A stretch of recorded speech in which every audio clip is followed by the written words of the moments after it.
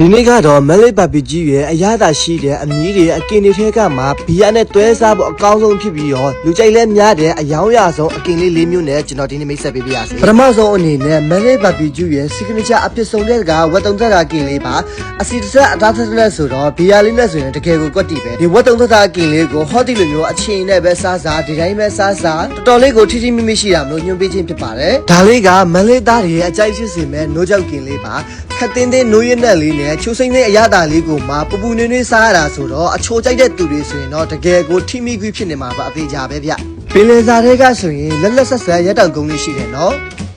ရက်တောင်ကုန်းရဲ့လက်ဆက်မှုကစားလိုက်တဲ့အခါတိုင်းမှာညီနှက်မထွက်ပဲကျက်သွမြူစော်လေးကအသားကိုပိုလို့တောင်ပေါ်လေးစေတာမလို့လူတိုင်းလဲစားကြပါတယ်ဒါလေးကပြပြနစ်နစ်နဲ့ထိထိမိမိရှိပြီးရောအရန်ကိုစားလို့ကောင်းတယ်တလုံးဆိုတလုံးထိမိစေမဲ့ဝက်အုံနောက်ကင်လေးပါဆိုတော့ကျွန်တော်ဒီနေ့မိတ်ဆက်ပေးလိုက်တဲ့အနည်းလေးတွေကိုလည်းအကြိုက်တွေ့မယ်လို့မျှော်လင့်မိပါတယ်